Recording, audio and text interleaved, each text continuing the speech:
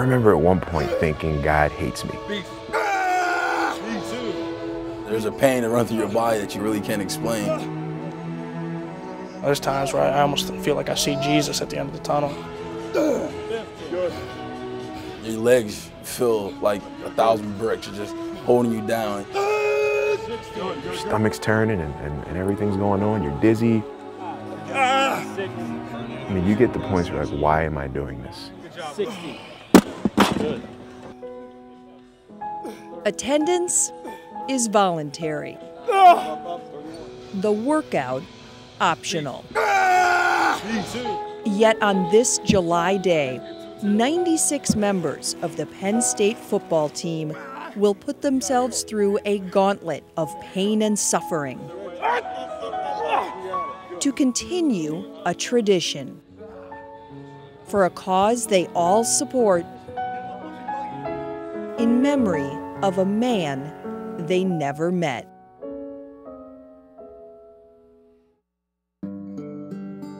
Don Shirley, father of 3, was a high school baseball coach at Mechanicsburg Area Senior High School in Pennsylvania. His son Scott was a standout wide receiver at nearby East Pennsboro. One of the best parts about the relationship with my father was that he never left any doubt in my mind that he was as proud of me as he could ever be at any point in my life. In 2002, Don was diagnosed with kidney cancer, which had spread to his lung and liver. Scott, then a junior wide receiver on the Penn State football team, heard the grim news on the phone from his mother, Joyce. He always is calm over the phone, but I know that he fell apart afterwards. He turned to his friends, he went to his teammates for support. I did my best to stay calm and stay level-headed and just kind of provide a coherent perspective, but I just broke down and lost it. The Shirley family consulted several doctors, all of whom issued the same answer: nothing could be done. Desperate for help, the Shirleys reached out to the American Kidney Cancer Association. What they heard was stunning. The reason nothing could be done was because there was no interest in kidney cancer. It affects fewer than 200,000 Americans. There's little financial incentive to make and market new treatments. To learn then that it is a lack of interest, it really does make you feel like something needs to change. Back at school, Scott shared his frustration with his roommate and teammate, Damone Jones. His family and people like his family need help because not enough people care.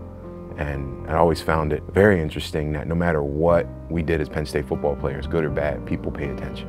And I saw it as an opportunity for us to kind of leverage that kind of power into something positive. In the summer of 2003, Damone, Scott, and a third teammate, Dave Koslow, transformed the football team's end-of-summer workout into a fundraising weightlifting competition to benefit kidney cancer. The annual event became known as Lift for Life. Just because the simple fact that we were associated with Penn State, people pay attention to what you do. People pay attention to sports. Sports has this amazing power to kind of galvanize people, galvanize communities, and it can lead to change. 2 years later, on October 17th, 2005, Don Shirley lost his battle with kidney cancer. He was 55 years old. To honor his father, Scott, along with the help of dedicated volunteers, created Uplifting Athletes, an organization whose goal is to rally student athletes at universities across the country to engage the community and raise money and awareness for rare diseases such as kidney cancer.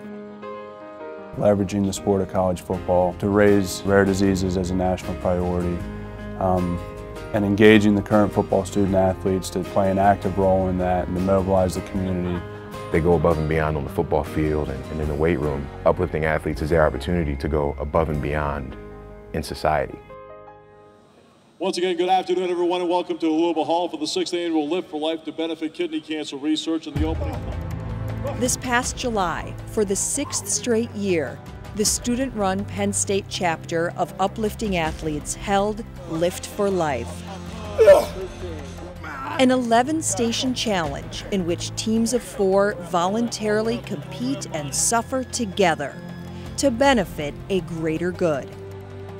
Some of those things we don't give enough notoriety to, because we read about all the bad things that these kids may do. They spend a lot of time on it. I mean, they organize it and the whole bit. So I'm very proud of what they're doing there. To see them learn how to leverage their assets and abilities, that their God-given talents that they've been blessed with, it's just heartwarming. Fight it, let's go. Fight it. I always liked the fact that it was symbolic. Here's this symbol of suffering that young men are willing to put themselves through if only for an hour, there's a connection. Look, I'm suffering to help you. It's definitely tough, painful, grueling. I think the analogy is there, that the pain and suffering that we go through is very minimal compared to what kidney cancer patients and families have to go through.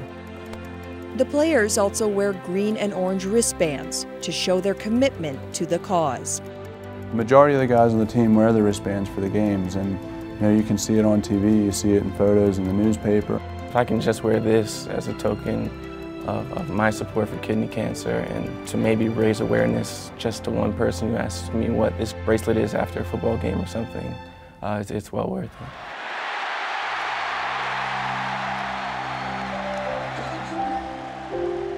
The impact of the wristbands has reached far beyond the hills of Happy Valley, all the way to Portland, Oregon, over 2,500 miles from Beaver Stadium, where Carol Willie, along with her husband and 2 children, were watching a Penn State game on television. It was hard for me to even see the players wearing the wristbands. I have a father who is diagnosed with kidney cancer, and my husband was also diagnosed with kidney cancer, and I had a cousin die of kidney cancer. It was literally the first time I'd ever seen another person with a wristband on, and to have a healthy college athlete, I mean, I had trouble keeping my composure. It was incredible. The Willies became instant Penn State fans, and Carol's 2 children wrote letters to the Nittany Lion players who wore wristbands during the games. Wide receiver Jordan Norwood was the first to write back. We didn't know who the superstar players were and who the players that never play are. To us, they were all heroes. But he will always be the most important one to us because he was the first one to reach out to us. If I was sitting here 2 years ago, I would have said I do this event, but I don't know anybody directly affected by kidney cancer. But through Scott Shirley and through the Willie family, I feel like I do have basically family that are affected. They're from Oregon. They should be Duck fans or Beaver fans. But instead, they're Penn State fans because one day 3 college students decided to give a damn.